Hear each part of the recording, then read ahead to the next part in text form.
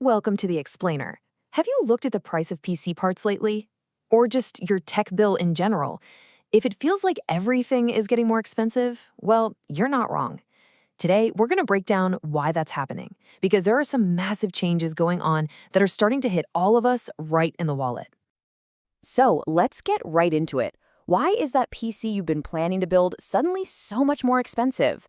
And what was up with last week when it felt like your favorite games, your banking apps, heck, half the internet just went offline?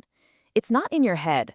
A whole lot has been going on, and it actually all connects back to a few really powerful forces that are completely reshaping the tech world as we know it. Okay, first up, let's talk about the most immediate problem for a lot of us, the sticker shock. We're talking about the price of essential PC parts. And this isn't just a tiny increase. We're seeing some really big, really fast price jumps. Yeah, just look at this, a standard 32 gig kit of DDR5 RAM. A month ago, it was about $110. Now, it's pushing past 160. That is a nearly 50% jump in just 30 days. That's insane. And you might think, okay, that's just the new stuff. But nope, it's not just DDR5. Even older DDR4 memory, the stuff that's supposed to be cheap, has nearly doubled in price since this summer. So this hits everyone, whether you're building a top-of-the-line rig or just trying to put together a budget PC. So what in the world is causing all this? What's eating up all the supply? The answer, and this probably won't surprise you, is AI. But it's the scale of the demand. That's what is just absolutely staggering. And really, it all kind of boils down to this one number, 40%. Now, just as a number, it doesn't mean much, right?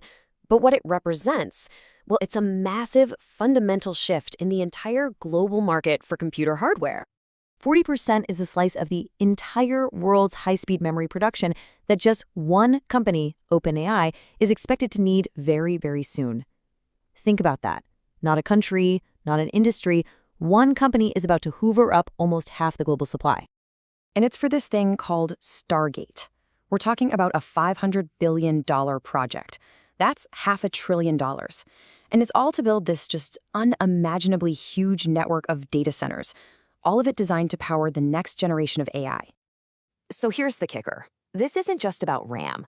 This project is so massive, it's expected to eat up nearly 10% of the world's entire supply of advanced semiconductor wafers. You know, those silicon disks that are the basic building block for every modern chip, your CPU, your GPU, everything. And that supply is finite. So when one project takes a giant bite like that, it means there's a lot less for the rest of us. And that kind of pressure on the supply chain, well, it sends shockwaves rippling out across the entire market. It's causing all sorts of weird volatility, and it's starting to affect the services and products you and I use every single day. I mean, look at what happened with that huge Amazon Web Services outage recently. It wasn't just a small hiccup. It took down massive parts of the internet. We're talking games like Fortnite, services like Reddit and Venmo, even Alexa. If you suddenly couldn't play your favorite game or check your bank account, yeah, that's part of this bigger picture. And it's not just services. The hardware prices are still climbing. We're seeing popular Intel CPUs jump in price, especially over in Asia, some by as much as 20%. And the word on the street is that those price hikes are heading for the US next. But here's a weird twist. In a market where everything seems to be getting more expensive, there's actually a little bit of good news for PC builders.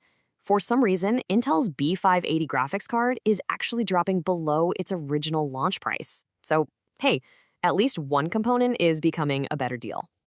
And all this AI demand is sparking a crazy innovation race behind the scenes. These new AI chips, they run incredibly hot. We're talking power draws of over 1,400 watts. Your standard CPU cooler isn't going to cut it.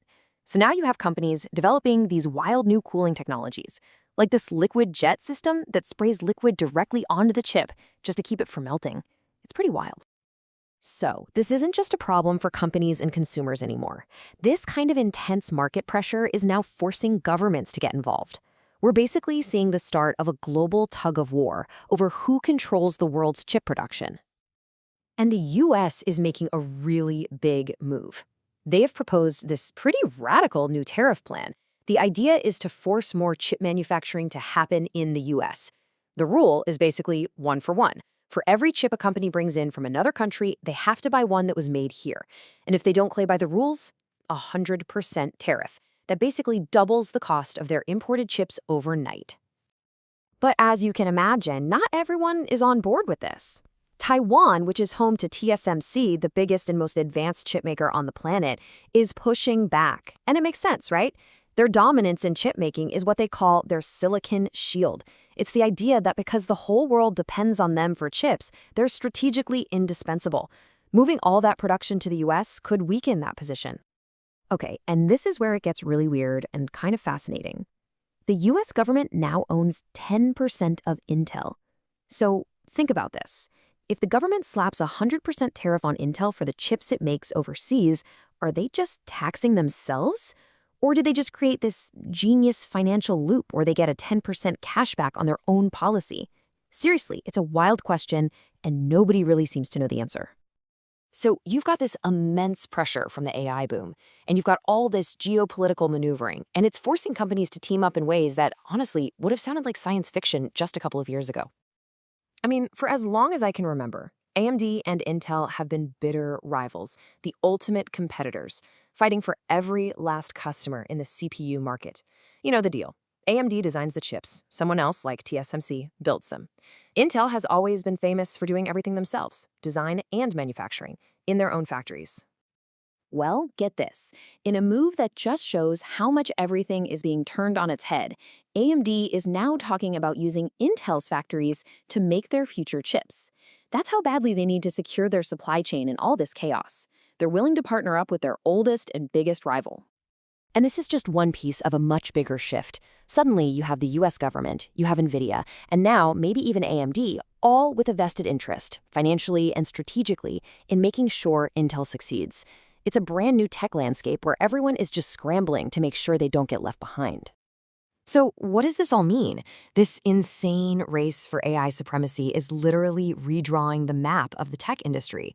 It's affecting everything from geopolitics down to the price of the RAM for your next PC build. We're all starting to pay the price for this progress. And that leaves us with a really big question. As we keep pushing deeper and deeper into this age of AI, what's the true price of progress going to be?